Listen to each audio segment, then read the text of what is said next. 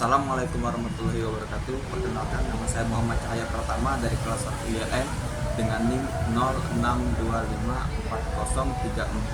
062540342350. Saya sekarang merupakan mahasiswa aktif dari jurusan Teknik Elektro, program studi D4 Teknik Elektro Politeknik Negeri Sriwijaya. Video ini dibuat untuk memenuhi tugas akhir mata kuliah Bahasa Indonesia yang diampu oleh Pak Anjas Usmana MPD. Pada video kali ini, saya akan membahas proposal penelitian yang berjudul Efektivitas Peraturan Menteri Komunikasi dan Informatika Nomor 5 Tahun 2020 tentang penyelenggara sistem elektronik lingkungan privat dalam menciptakan ketertiban dan keamanan media sosial, yang disusun oleh Ketua Tim Profesor Dr. Tunjung Herming Sitabuana, SH, CN, MHUM. Lalu ada anggota penelitinya Dr. Airlangga Surya Nagara, SH, MH.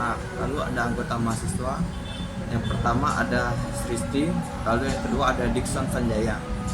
Latar belakang dari pemilihan proposal ini adalah pemilihan judul penelitian ini dilatar belakangi oleh pesatnya perkembangan teknologi informasi dan media sosial yang telah mengubah pola komunikasi dan interaksi masyarakat.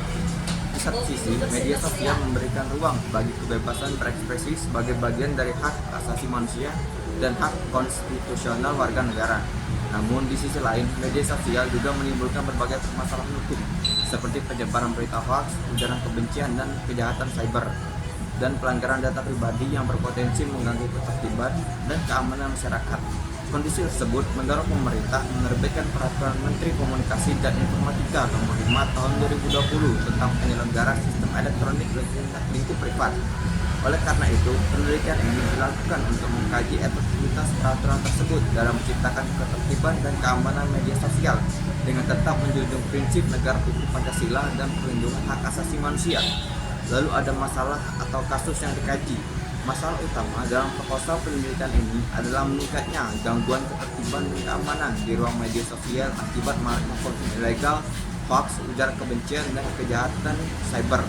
Selain itu, penerapan Peraturan Menteri Komunikasi dan Informatika Nomor 5 Tahun 2020 menimbulkan perdebatan terkait potensi pembatasan kebebasan berekspresi apabila tidak diterapkan secara proporsional.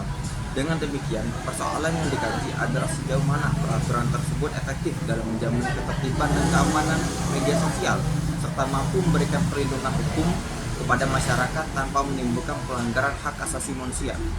Metode dan langkah-langkah penelitian. Penelitian ini menggunakan metode penelitian hukum normatif empiris. Pendekatan normatif dilakukan dengan menganalisis peraturan perundang-undangan yang relevan dan mengaitkannya dengan teori negara hukum Pancasila, hak asasi manusia, dan efektivitas hukum. Pendekatan empiris dilakukan melalui observasi dan wawancara untuk mengetahui efektivitas penerapan peraturan dalam praktik serta respon masyarakat. Data yang diperoleh dianalisis secara kualitatif untuk menilai kesesuaian antara norma hukum dan realitas pelaksananya. Lalu ada kekurangan dari proposal ini. Kekurangan proposal ini antara lain belum adanya indikator yang jelas dan terukur untuk menilai efektivitas peraturan secara empiris.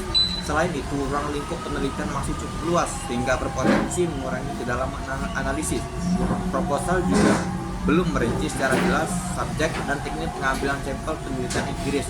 Di samping itu, kajian kritis terhadap potensi pembatasan kebebasan berekspresi masih perlu diperdalam agar analisis lebih seimbang dan objektif. Sekian, terima kasih dari presentasi saya. Apabila ada kurangan kata, saya mohon maaf. Pada Allah saya mohon ampun. Terima kasih. Wassalamualaikum warahmatullahi wabarakatuh.